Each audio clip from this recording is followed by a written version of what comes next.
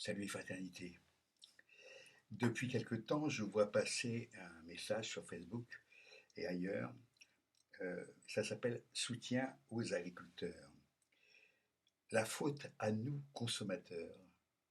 On trouve normal d'acheter un téléphone à 500 euros, mais pas normal d'acheter du bœuf à 19 euros le kilo. Un forfait téléphone à 50 euros par mois, mais pas normal de payer un kilo de pommes de terre à 2,50 euros. Une place dans un stade à 70 euros, mais pas normal d'acheter une douzaine d'œufs à 5 euros. Normal d'acheter un manteau à 200 euros, mais pas normal d'acheter un litre de lait à 1,50 €. Le meilleur soutien est dans votre assiette. Consommez français, consommez local et en direct. Voilà. Alors, c'est toujours intéressant de recevoir des leçons parce que finalement, là, qui est culpabilisé? Le consommateur. Hein, le consommateur.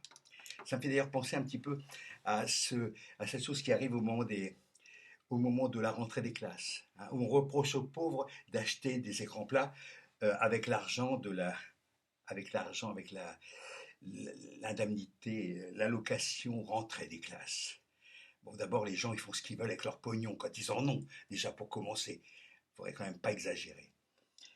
Et alors là, c'est les gens qui envoient ça, quoi. Soutien aux agriculteurs, c'est la faute des consommateurs. Ils ont oublié quand même quelque chose. J'ai rappelé une chose que je connais parce que je l'ai vécu, et tout le monde a vécu.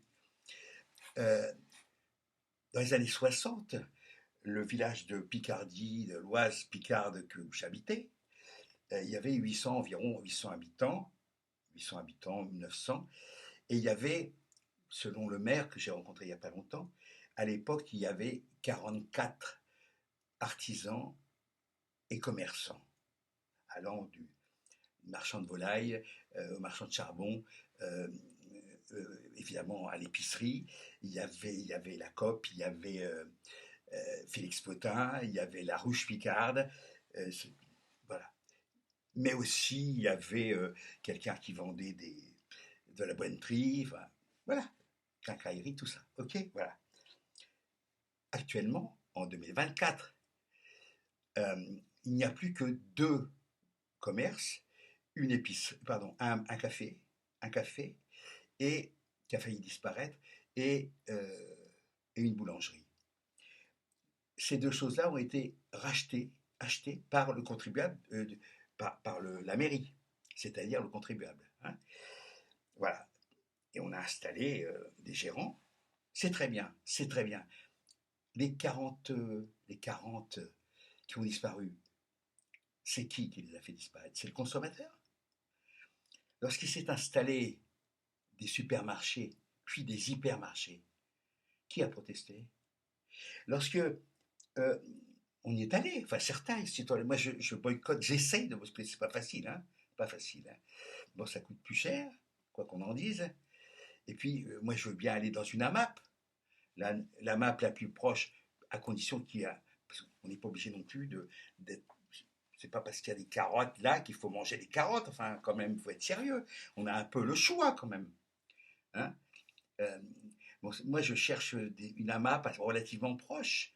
Euh, j'ai pas envie non plus de faire la moitié du département pour aller acheter mes légumes dans des AMAP. Et puis surtout, on a oublié une chose, c'est que euh, nous, consommateurs, enfin en tout cas moi et d'autres, on a été majoritaires pour voter contre le traité européen, Maastricht. On a été majoritaire. On nous a volé ce vote. On nous a volé ce non. On nous a volé. Des politiques nous ont volé ce non. Qui, a, qui, pro, qui pro, proposait le oui à l'époque? Regardez. Qui proposait le oui? De voter oui à cette Europe-là. Actuellement, on constate que l'Europe, c'est une catastrophe. Et ça fait. Je n'ai pas choisi, moi, de manger du cheval polonais à la place de bœuf français. C'est pas moi qui ai choisi. On m'a truandé. Et je ne suis pas le seul. Quand on nous dit allez voir un apiculteur pour vendre votre miel, oui, pour acheter du miel, effectivement, parce qu'on a quand même On a quand même du miel ukrainien qui est arrivé là. On a vu ça à cause ou grâce au mouvement des Polonais, enfin des agriculteurs, que finalement on se foutait de nous et qu'on nous balançait du miel chinois ou ukrainien, voilà, avec une étiquette évidemment made in France et fabriqué par un soi-disant apiculteur français.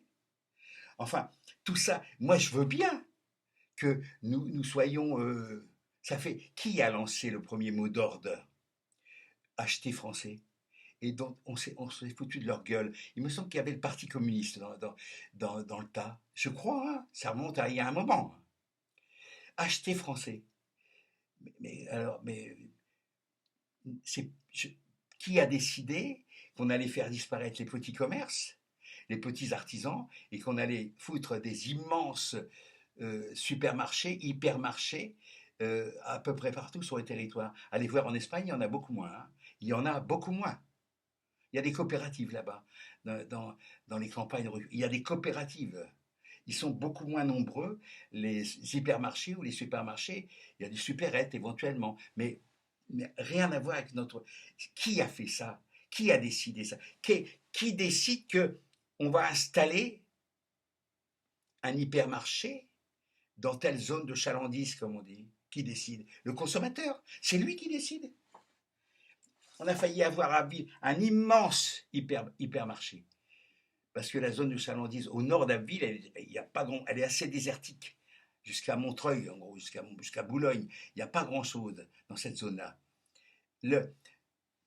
À l'époque, les Abillois ont protesté et ont dit non, on refuse ce supermarché. Il y en a déjà un, mais un truc immense. Bon. Mais résultat des courses, malgré tout, c'est que le centre-ville se dépeuple en commerce de proximité et en artisans de proximité. Enfin, encore une fois, foutre ça sur le dos des consommateurs, des gens qui n'ont pas de pouvoir autre que celui de voter, et quand ils votent contre le libre-échange, on leur sac leur vote, c'est se foutre du monde. Alors moi, je veux bien qu'on fasse de la morale, mais qu'on fasse un petit peu d'autocritique d'abord, un petit peu avant. Parce que ça va bien, quoi. Ça va. Moi, je veux bien tout ce qu'on veut, aider les cultivars. Ils sont où, là? Ils sont où? La FNSEA, ils ont un syndicat de merde. Ils ne sont pas désyndiqués, que je sache. Ils n'ont pas tous quitté à fond la FNSEA pour aller au truc beaucoup plus sympa, la Fédération paysanne. Non, ils sont restés. Voilà. On leur a promis un chèque, comme toujours, qu'ils attendent. Maintenant, il va falloir qu'ils attendent. Hein. Et de toute façon, le truc, il est bien clair. Au niveau des eurocrates, il s'agit de faire disparaître l'agriculture traditionnelle et de remplacer par des fermes-usines et par des trucs gigantesques et totalement totalitaires. Voilà.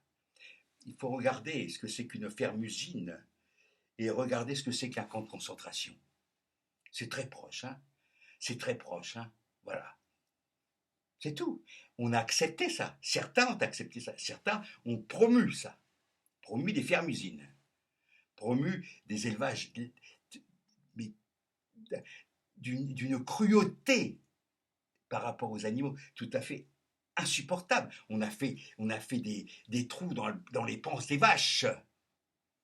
Mais c'est odieux. C'est odieux. Et on vient me dire à moi que je suis responsable. Non mais au secours, quoi. Ça suffit. Que les vrais responsables payent. Et surtout qu'ils payent de leur vie. Parce qu'en fin de compte, les saloperies qui sont balancées, glyphosate et autres, qui sont balancées dans les plantations, dans les cultures, et qui se retrouvent dans nos assiettes et dans nos organismes, c'est de l'empoisonnement. Ça s'appelle de l'empoisonnement. Il n'y a pas d'autre mot. Qu'est-ce qu'on fait quand on a un empoisonneur? On le fout en tôle. Point final. Hasta la victoria.